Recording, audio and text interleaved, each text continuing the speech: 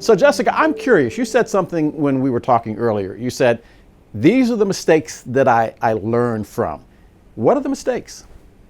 Oh gosh, not doing my homework at all. I spent 9 or 10 years working with a Chinese television network, and I had done no research whatsoever on Chinese management culture, on Chinese history, on how Chinese people view their history of the world, which is distinct and important to understand when you're working with them. And wow, did I learn the hard way. I also think that I that we ran into a lot of interesting cultural clashes that would only happen in that context, in the context of starting that channel and even of working together. There was just so many instances of the communal Confucian influence on their thinking, and of the sort of like cowboy thinking influence on my thinking of the Puritans and the pioneers and the westward expansion that formed my country and my culture and my sensibilities. So yeah, I mean, lots of mistakes in the context of communication and assumptions and stereotypes. And I'm grateful in many ways that that they kept that we stayed together, that I worked with them and they worked with me and we worked through it. But it certainly could have gone a little smoother if I'd had a little more information and taken it upon myself to get it beforehand. Jessica, it's probably safe to say that philosophically, probably politically, probably in a lot of different ways, personally, you and me don't agree on much. But we talked about a lot of different things. And I'm curious from your perspective. One of the reasons that I really wanted to talk to you had to do with the election itself. And not to talk about politics, but the fact that there are 71 million people that voted for one candidate and 77 million so far that voted for the other candidate. And they don't agree with each other on anything. Why can't we talk? Why can't why can't we disagree without being disagreeable, I guess is the phrase.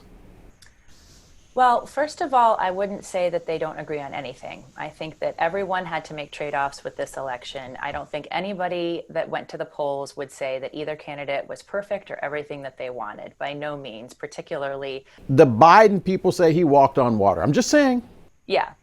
Somebody said that he walked on water? No, I'm just teasing you.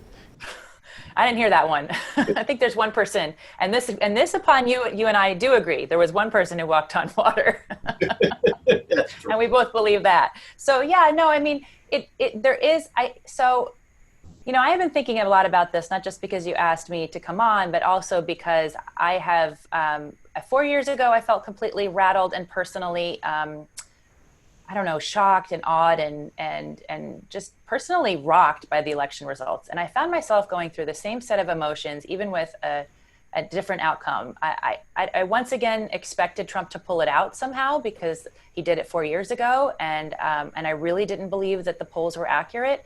But I also found that this whole conversation around what should happen to the people who voted for Trump, what should happen to the people who worked for Trump.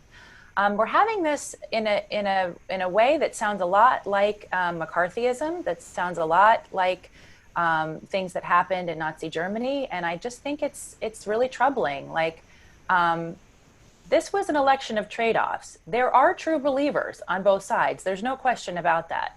But I don't think we should go into any conversation with somebody assuming that we know why they voted. I think we should, if we're talking about it, and I don't know how many people really are. I think there's a lot of people who voted for Trump who would never tell not only pollsters, but their neighbors. I mean, I was having a lot of personal conversations ahead of time that led me to believe that there would be a big swing in the polls, and the efficacy of polls and the honesty that people don't have any longer with pollsters would really come through in their inaccuracy when it came to the results. So why can't we be disagreeable, or why can't we be agreeable? There's been a lot of isms associated with the other side. One friend of mine put this in really stark contrast when she said, as a Georgia voter, I have two choices. I have socialism or racism. That's the way this election is being painted. And I don't identify with either one.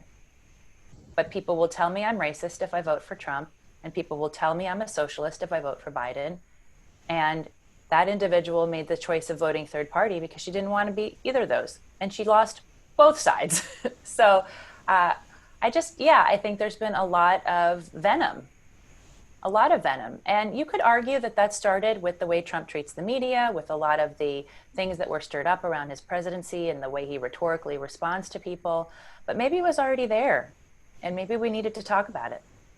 We're going to take a break, and when we come back, I want to talk about the role that we do as journalists, whether or not we're telling a fair and accurate story from your perspective. Not necessarily that I will believe you, but I do want to hear your perspective, so stay with us.